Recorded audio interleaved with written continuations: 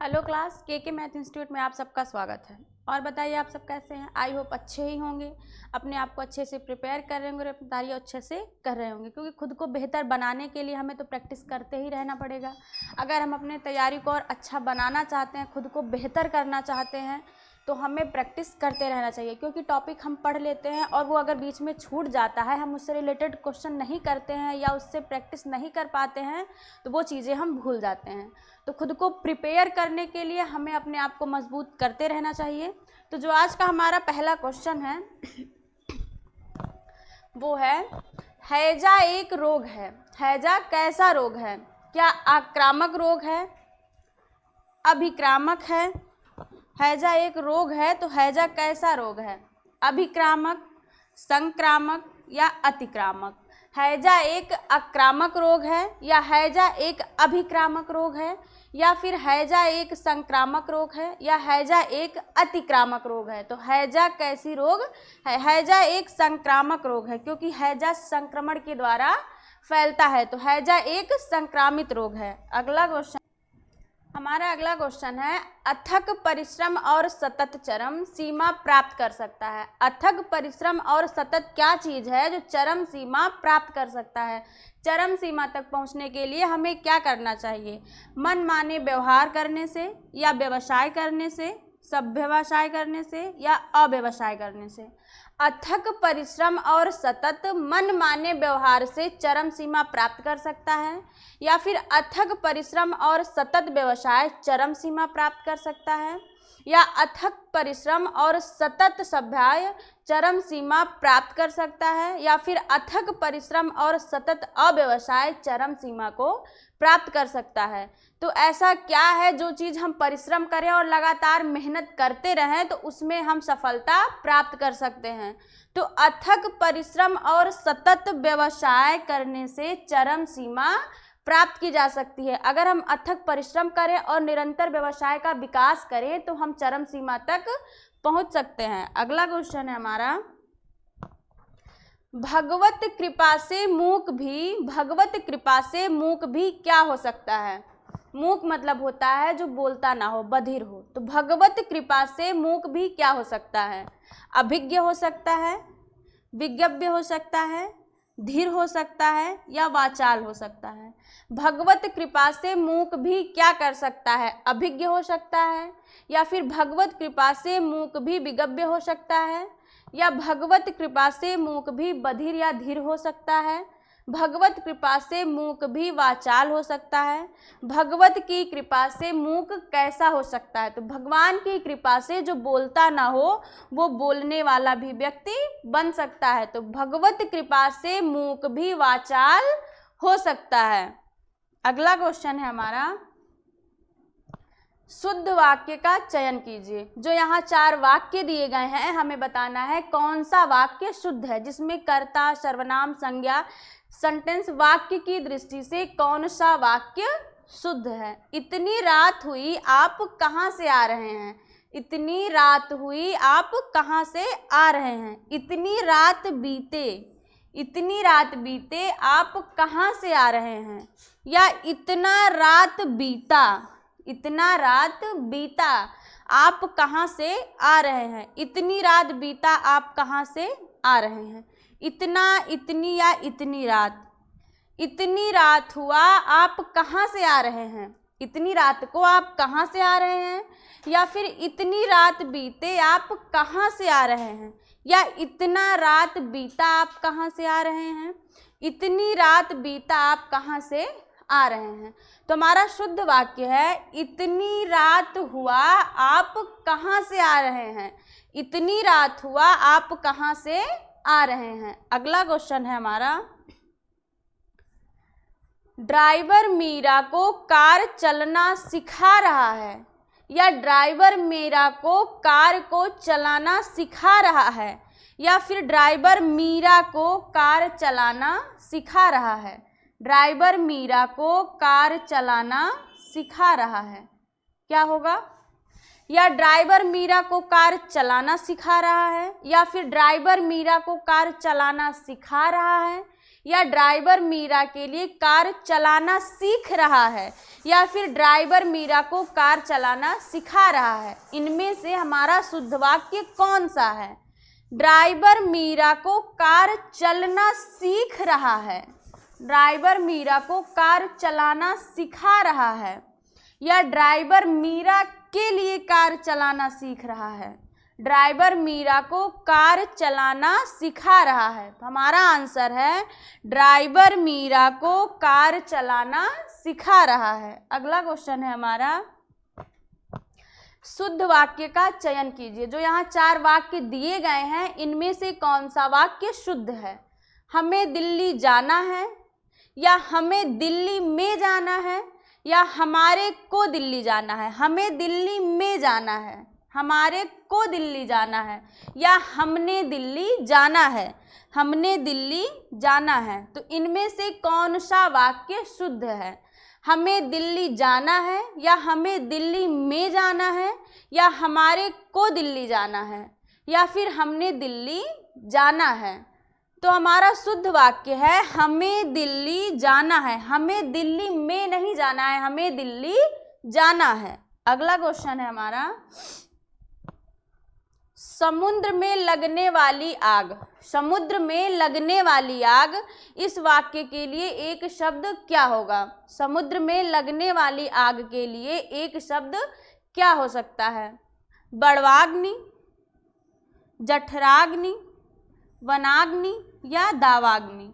समुद्र में लगने वाली आग को हम क्या कहते हैं? बड़वाग्नि कहते हैं, जठराग्नि कहते हैं, या वनाग्नि कहते हैं, या फिर दावाग्नि कहते हैं। तो समुद्र में लगने वाली आग को हम बड़वाग्नि कहते हैं। समुद्र में लगने वाली आग को हम बड़वाग्नि कहते हैं। अगला क्वेश्चन है हमारा, मन को आनंदित करने वाला। जो मन को आनंदित करे उसे हम क्या कहेंगे? मन को आनंदित करने वाला प्रिय होता है, मोहित होता है, मनोरंजक है, या श्रेयस है।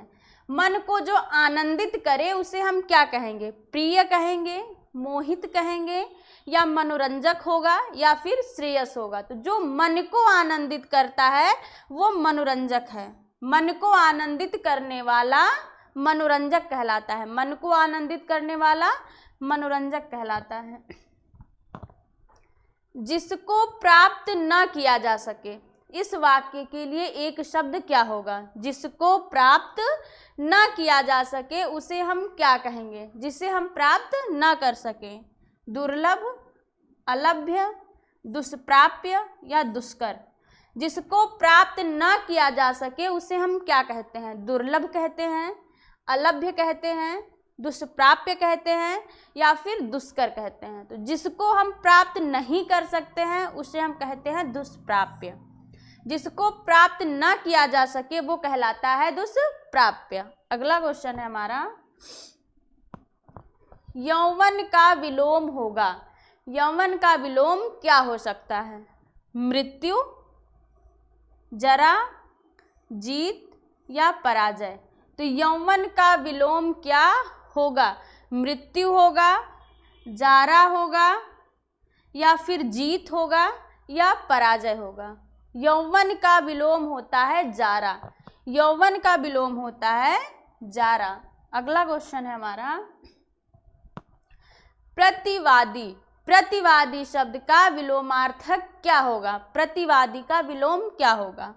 आरोपी, संवादी, वादी या विपक्षी। प्रतिवादी का विलोमार्थक क्या होगा? आरोपी, संवादी, वादी या फिर विपक्षी। प्रतिवादी का विलोम होता है वादी। प्रतिवादी का विलोम होता है वादी। अगला क्वेश्चन है हमारा, यथार्थ। यथार्थ शब्द का विलोम होगा। यथार्थ शब्द का विलोम क्या होगा? कल्पना, विचार, उड़ान या स्वप्न। यथार्थ का विलोम क्या होगा? कल्पना, विचार, उड़ान या फिर स्वप्न। यथार्थ का मतलब होता है यथार्थता, जिसकी जानकारी हमें सामने से हो रही हो। उसका विलोम क्या होगा? कल्पना होगा, विचार होगा या फिर उड़ान होगा या स्वप्न होगा? तो यथार्थ का विलोम होता है कल्पना। यथार्थ का विलोम होता है कल्पना। जो चीज हम प्रत्यक्ष देखें उसका विलोम होगा कल्पना करना, अप्रत्यक्ष रूप से। अगला क्वेश्चन है हमारा, सुगंध का समानार्थक है। सुगंध शब्द का समानार्थक क्या है? केसर है, सौरभ है, चंदन है या इत्र है? सुगंध का समानार्थक क्या है? केसर, सौरभ, चंद या फिर इत्र? इनमें से कौन सा शब्द सुगंध का समानार्थक है? केसर, चंदन और इत्र ये सुगंधित वस्तु हैं। सुगंध का समानार्थक होता है सौरभ। सुगंध का समानार्थक शब्द है सौरभ। अगला क्वेश्चन है हमारा, जंगल का पर्याय होगा। जंगल शब्द का पर्यायवाची क्या होता है? कानन, कुसुम, द्रुमदल या बाग? जंगल का पर्याय होगा कानन, कुसुम, द्रुमदल या बाग? जंगल का पर्यायवाची होता है कानन। जंगल का होता है कानन। अगला क्वेश्चन है हमारा, बादल। बादल शब्द का पर्यायवाची क्या होता है? बादल का समानार्थक क्या है? अम्बुधि, अम्बुज, पयोधि या पयोद? बादल का पर्यायवाची है। बादल का पर्यायवाची क्या है? अम्बुधि है, अम्बुज है, पयोधि है या फिर पयोद है? तो बादल शब्द का पर्यायवाची होता है पयोद। बादल का पर्यायवाची है पयोद। अगला क्वेश्चन है हमारा, न सावन सूखे न भादो हरे। न सावन सूखे न भादो हरे, इस लोकोक्ति का अर्थ क्या होगा? न सावन सूखे न भादो हरे, इसका क्या अर्थ है? सदैव प्रसन्न रहना, सुख दुख का भेद न जानना, सदैव दुखी रहना या सदैव एक सी मानसिक स्थिति रहना? न सावन सूखे न भादो हरे, इस लोकोक्ति का अर्थ क्या होगा? सदैव प्रसन्न रहना, सुख दुख का भेद न जानना, सदैव दुखी रहना या सदैव एक सी मानसिक स्थिति में रहना? न सावन सूखे न भादो हरे, इस लोकोक्ति का अर्थ होगा सदैव एक सी मानसिक स्थिति में रहना। न सावन में सूखा हो और न भादो हरा हो, इसका मतलब है सदैव एक सी मानसिक स्थिति में रहना। अगला क्वेश्चन है हमारा, पानी पी पी कर कोसना। पानी पी पी कर कोसना, इस लोकोक्ति का अर्थ क्या होगा? पानी पी पी कर कोसना, हंसी उड़ाना, पानी पीकर अमंगल चाहना, हर घड़ी दूसरे का अमंगल चाहना या फिर स्वार्थ की बात करना? पानी पी पी कर कोसना, इस लोकोक्ति का अर्थ क्या होगा? हंसी उड़ाना, पानी पीकर अमंगल चाहना, हर घड़ी दूसरे का अमंगल चाहना या स्वार्थ की बात करना? पानी पी पी कर कोसना, इसका अर्थ होता है हर घड़ी दूसरे का अमंगल चाहना। हर घड़ी दूसरे का अमंगल चाहना। अगला क्वेश्चन है हमारा, बड़े से बड़ा व्यक्ति भी सम्मान और प्रशंसा पाना चाहता है। बड़े से बड़ा व्यक्ति भी सम्मान और प्रशंसा पाना चाहता है।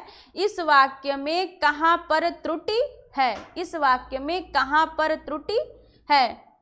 बड़ा से बड़ा व्यक्ति भी सम्मान और प्रशंसा पाना चाहता है। इस वाक्य में कहाँ पर त्रुटि है? बड़ा से बड़ा व्यक्ति भी सम्मान और प्रशंसा पाना चाहता है। सम्मान और प्रशंसा या पाना चाहता है या कोई त्रुटि नहीं।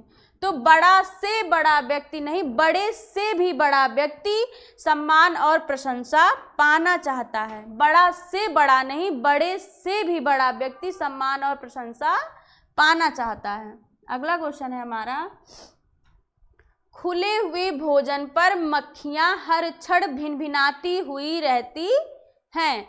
खुले हुए भोजन पर मक्खियां हर क्षण भिनभिनाती हुई रहती हैं।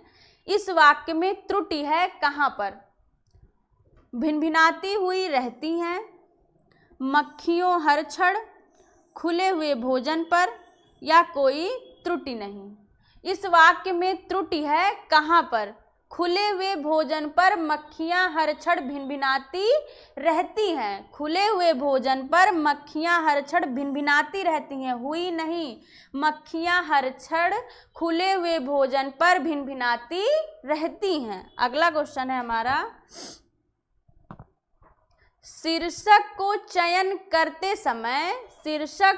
चयन करते समय अवतरण में निहित भावों और विचारों की परख लेनी चाहिए।